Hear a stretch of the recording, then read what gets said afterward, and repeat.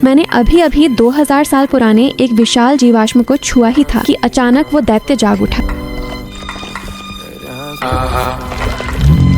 ये देखकर बेस पर मौजूद मेरे साथी तुरंत अल्ट्रावायलेट रक्षा सिस्टम चालू कर देते हैं, क्योंकि अल्ट्रावायलेट रोशनी ही वो चीज थी जिससे ये दैत्य डरता था। लेकिन तभी एक सहकर्मी से गलती से कंट्रोल यूनिट पर कॉफी गिर जाती है। अल्ट्रावायलेट सिस्टम तुरंत बंद हो जाता है। नवजागृत दैत्य ने अपने शरीर पर बंधी जंजीरों को देखा और गुस्से से पागल हो गया। मैं जल्दी से पास की लिफ्ट में भागी, लेकिन दैत्य ने आसानी से खुद को आजाद कर लिया और एक जोरदार मुक्का लिफ्ट पर मारा। लिफ्ट हवा में उड़ गई।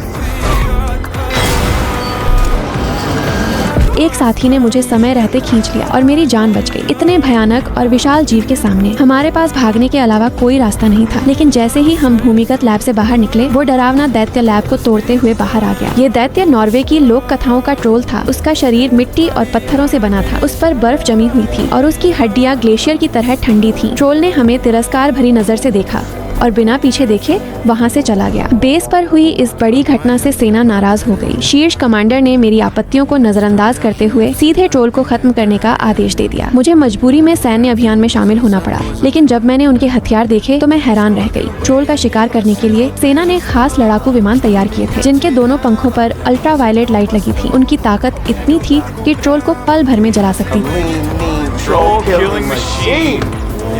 तब तक ट्रोल एक स्की रिसोर्ट पहुंच चुका था। उसने पहाड़ की चोटी पर बने एक बार की छत उखाड़ दी। इतने भयानक राक्षस को देखकर लोगों की पहली प्रतिक्रिया भागना नहीं थी, बल्कि मोबाइल निकालकर वीडियो बनाना थी। लेकिन जैसे ही ट्रोल ने बार के अंदर हाथ डाला, लोग घबराकर भागने लगे।